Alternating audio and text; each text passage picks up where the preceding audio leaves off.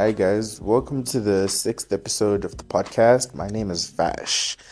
And today we're going to be talking about the creative process. So, today I did things a bit differently, completely winging it, because I want this to be something that is personalized or specific to me in the sense that you get to understand and you get to see what my specific process is. So, what we're going to be talking about is the creative process.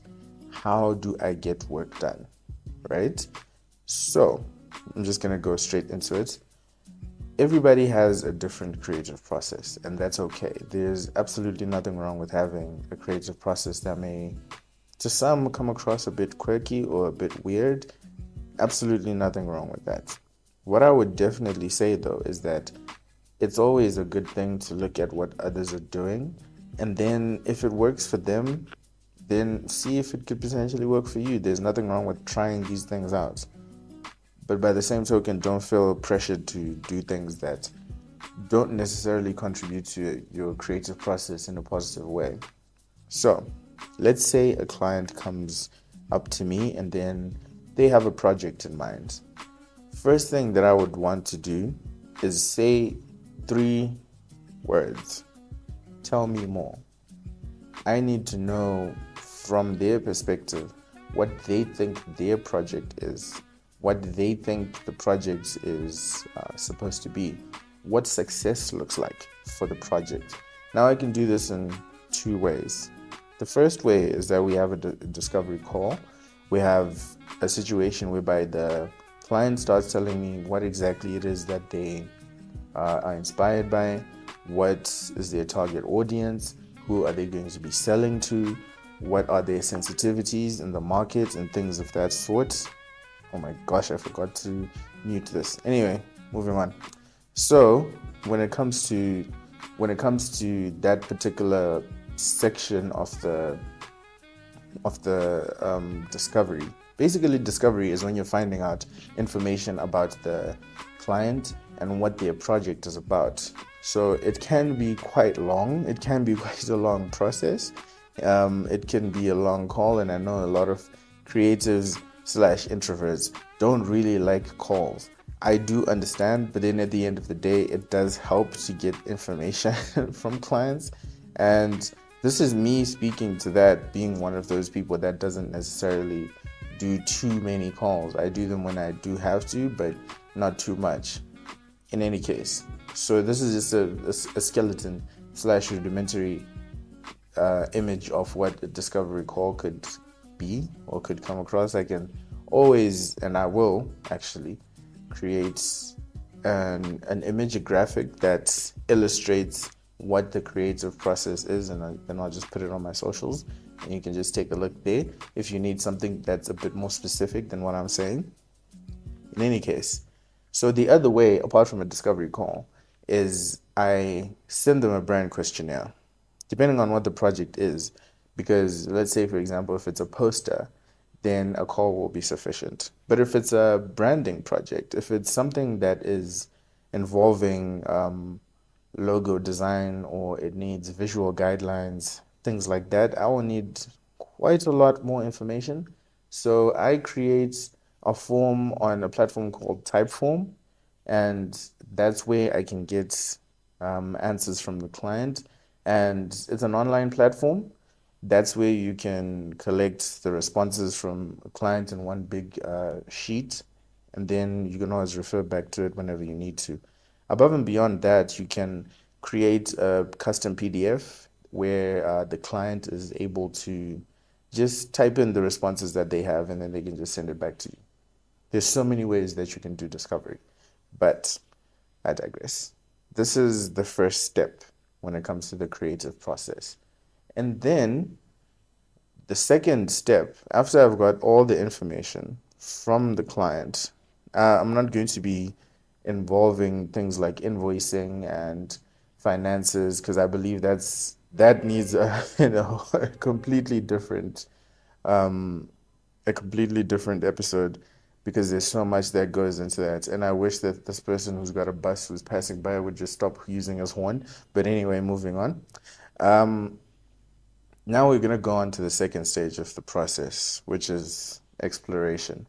So when it comes to exploration, what we tend to do is we want to find out, we've done the discovery, we know who the competitors of the client is, we know who I'm going to use a brand identity document, a brand identity project as an example. Let's say that this is someone who makes curtains, something like that. Curtains was the first thing that came to my mind. And they've already outlined who their competitors are, and they've already outlined what companies internationally or even locally inspire them, right? Once you found that out, look into the aesthetics of all these companies. Look at what they're doing well, look at what their aesthetic is like, and try to gauge what exactly would potentially be the best avenue for these companies to take if they were to refresh or rebrand their look. A lot of people argue whether rebranding is the right word to use in that particular statement, but hey, fight me. Anyway, so after you've done that, it's basically a competitive or competitors analysis, whichever you want to call it, whichever of the jargon floats your boat, it's fine. And you have understood what the current climate is. Now you know what it is that you can do to differentiate this particular company from its competitors, whilst at the same time making sure that it looks in sync with the industry, especially if you're not trying to be disruptive. Now, from that discovery call or from that discovery session, some of the things that you'll have to get or understand from the client is the look and feel that they're trying to go for. Are they looking for something that is modern? Are they looking for something that is vintage or something that has an urban feel to it? Is it a natural feel to it? Any of these things.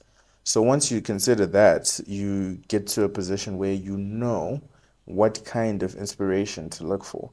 I hoard inspiration personally.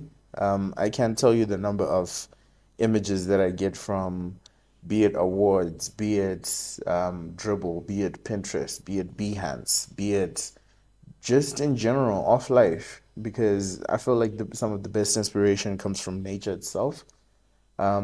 The best color combinations come from nature itself. I'm talking to you, dark green and light green. Um, Underrated color combination, that's. But anyway, I'm going on a bit of a tangent here again.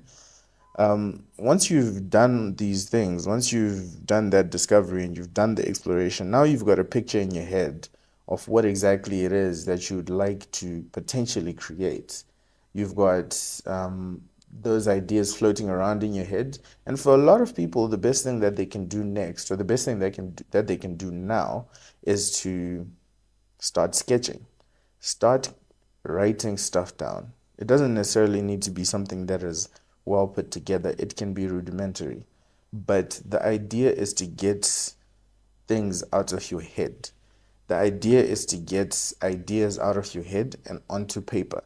Because basically, the more ideas that you write down, the more ideas that you come up with. Because you need to have a steady foundation to build off before you can go on to the next one or to the next stage. So you can flesh out these rudimentary ideas, these basic ideas, up until you get to something that is a bit more substantial, something that has a bit more substance to it, something that aligns more with the brand vision and the scope of the project, basically. So let's say this curtains guy that we spoke about him, we're gonna call him Curt because we can. And Curt, who makes curtains, likes a modern look and feel, but at the same time, he wants it to be something that is luxurious. He wants a luxurious brand feel for an interior and things like that.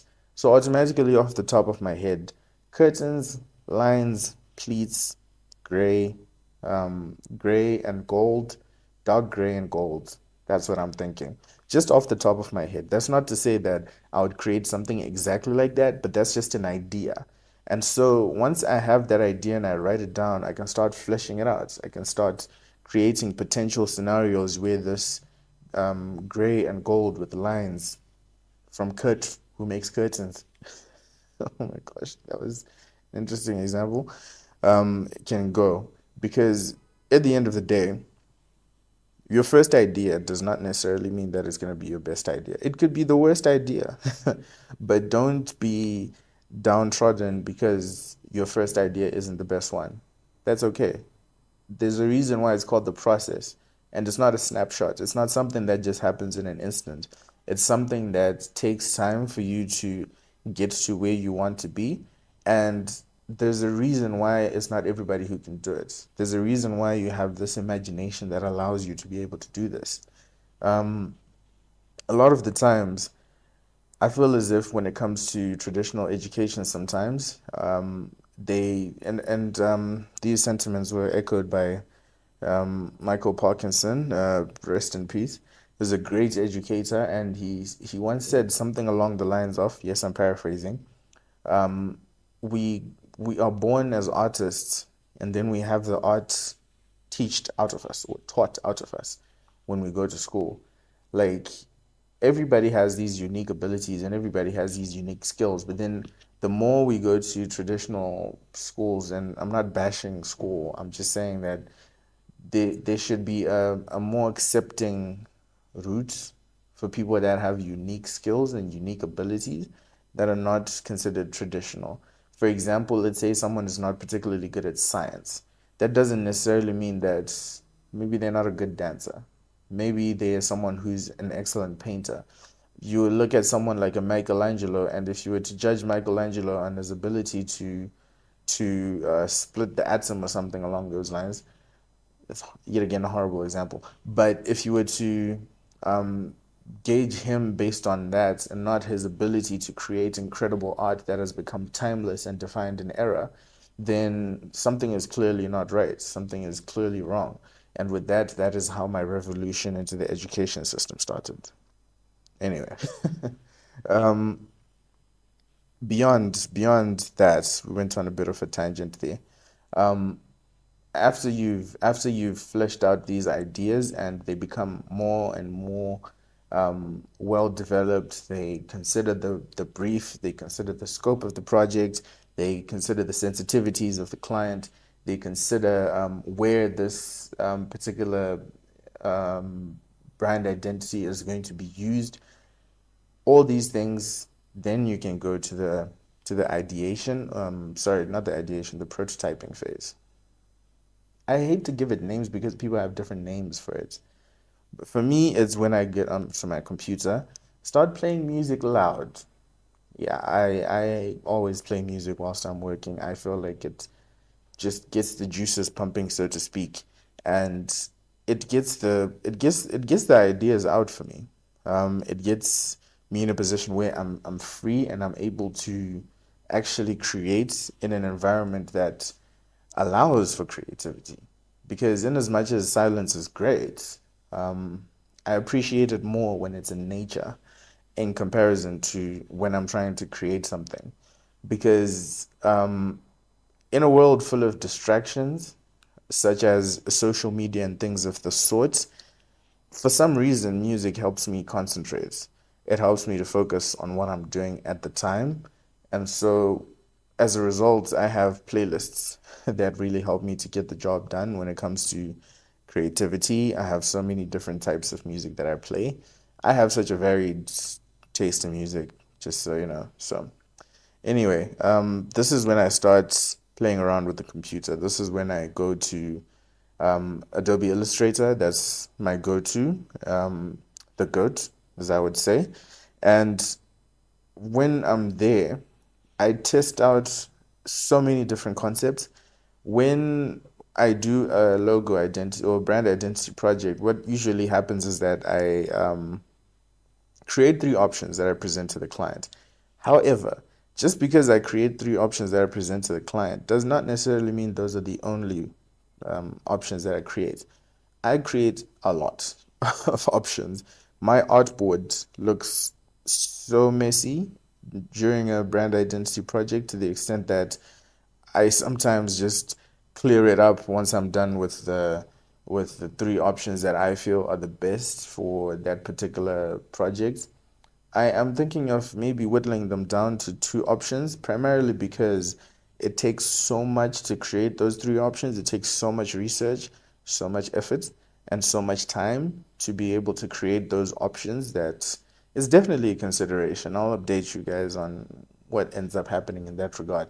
But once I'm at this stage, once I find out exactly which options that I will go for, yet again, bearing in mind the client's scope, line of work, sensitivities, and things of that sort, that's when those three options, most of the time, I mock them up.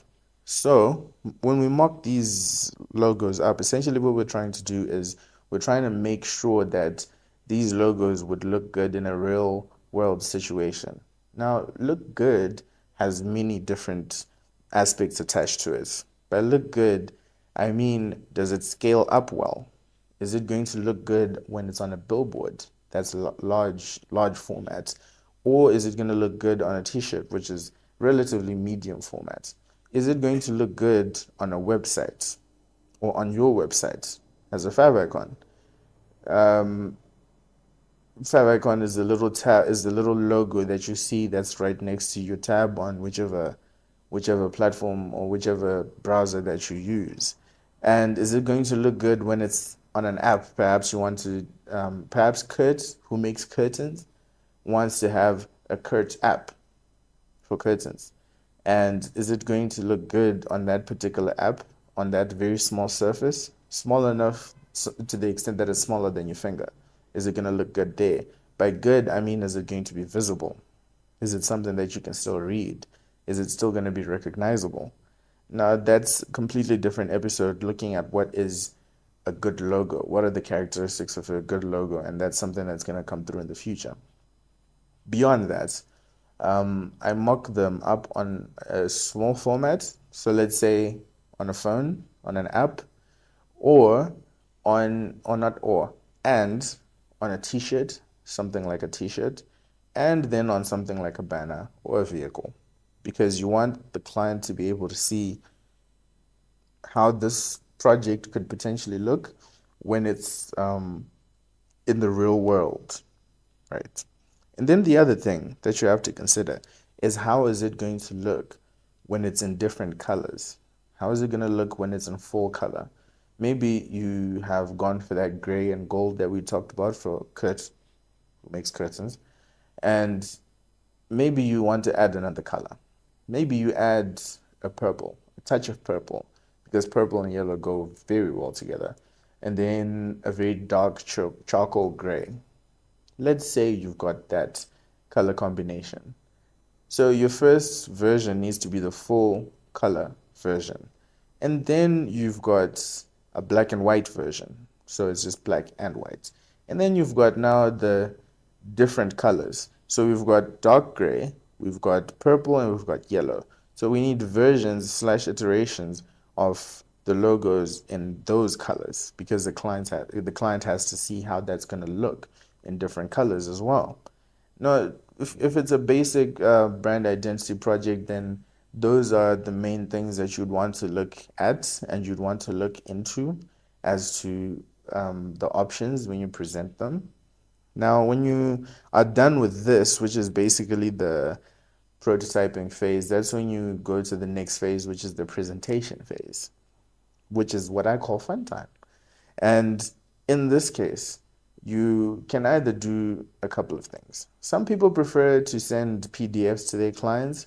Generally, I prefer JPEGs, depending on where they're going to be viewing the logos that you have come up with. And it really is something that is subjective. It depends on where you present your logos to your clients most, where they're comfortable most as well, because some people prefer talking on social media, some people prefer email, some people prefer meeting on calls, some people prefer meeting in person. So it just depends.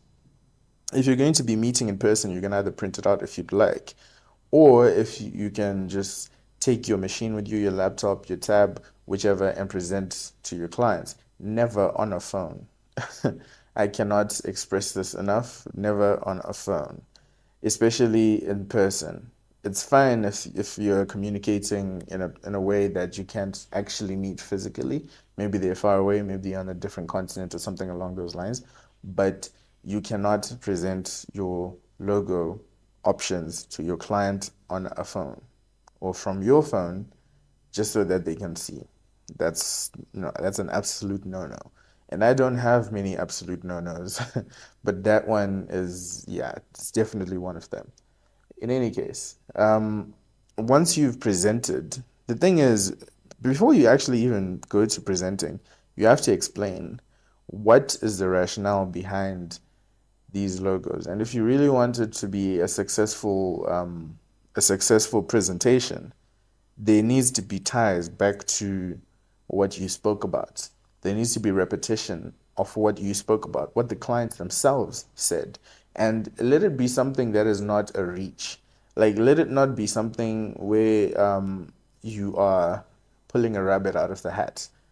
No, it has to be something that has logical reasoning behind it, because I like to believe that us creatives are more than anything else scientists. Yes, yes, you designer, you are a scientist, because it's quite the science to be able to repetitively come up with logos and elements and graphics that are supposed to fit a specific scope.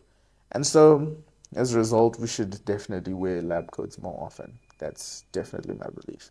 In any case, so there needs to be solid reasoning behind the logo options that you come up with, and that stems from your process. If your process is bulletproof, so to speak, then you're not going to have too many problems when you start explaining what the rationale behind your logo projects is. If your reasoning is a bit wonky, but your presentation is great, sometimes you can get away with it, but then it's not a good way to go about things. You should always make sure that you read through the brief if there is one, if there's been one that's presented to you, and if not, ask for one. If not, create one, and make sure that you adhere to the things that were mentioned in the brief before, because it doesn't make sense for someone who is potentially a business owner who is doing a business transaction with someone, and the person who is providing them this particular service is not really explaining what the logical reasoning behind the design choices they made is. At the end of the day, we have to look at it from the perspective of someone who's running a business. In as much as we would like for it to just be strictly artistic, it can't be. It has to be, essentially, there has to be some kind of return on investment, because it very much is an investment when it comes to working with a creative, working with a designer. They are investing in you and your services and your business, and you are giving them back value. It's exchange of value. So when there's an exchange of value, the person who invests expects a return on that particular investment. And you have to be able to explain how best this particular logo suits their business. Perhaps it does not necessarily go to an artistic perspective. Perhaps it's not always about how it looks. Sometimes it's about the heritage behind it. Sometimes it's a completely abstract mark that just sets them apart from the market, and something that will make their brand look more professional, more modern. Perhaps it's more natural, something that is a bit more steeped in nature and stooped in nature. Or if it's Curt, who makes curtains, maybe it's something that is completely abstract, does not speak in any way, shape, or form to just curtains, but then it's got that luxurious feel to it that's attached to it. It becomes an emblem. Very similar to, you look at your Louis Vuittons, your Yves Saint Laurent. I just recently learned how to pronounce that, and I'm so proud that I get to say it now. But anyway, these brands, you'll look at their logos and you might think that they're very simplistic, but they're iconic in the sense that you will recognize them. You will definitely recognize them. And so that's the other thing when it comes to brand identity projects. You can't take the experience of the previous brief and bring it into the next job. Every job is different. That's not to say that there are no design principles that you can't bring in, but I mean in terms of the interpretation of the brief. You cannot copy and paste. That's the reason why it's so difficult sometimes to come up with um, excellent design options, because you have to essentially be on the top of your game every time. You have to be in a position where you provide your best work, put your best foot forward, and that's how you can potentially win these clients over. And one client leads to another, and then another client leads to another. That's how you, well, basically that's how you do it. I hear you in the back there saying thank you, Professor. So anyway, so that's basically it in terms of the design process or the creative process. The next stage after that is feedback, which I've already spoken about in a couple of episodes before, that we need to be able to take feedback in a way that is not personal. We cannot personalize something that is never meant to be a personal experience. It's something that is something that is a business decision, basically. So that's it for this week, guys. Thank you so much for listening. Always a pleasure to hear from you guys. Let me know in the comments below what you want me to talk about, what you need to hear from me, what you need clarity on, everything. I'm here for it, and always a pleasure to hear from you and to share my creative journey with you guys. Take care until next week.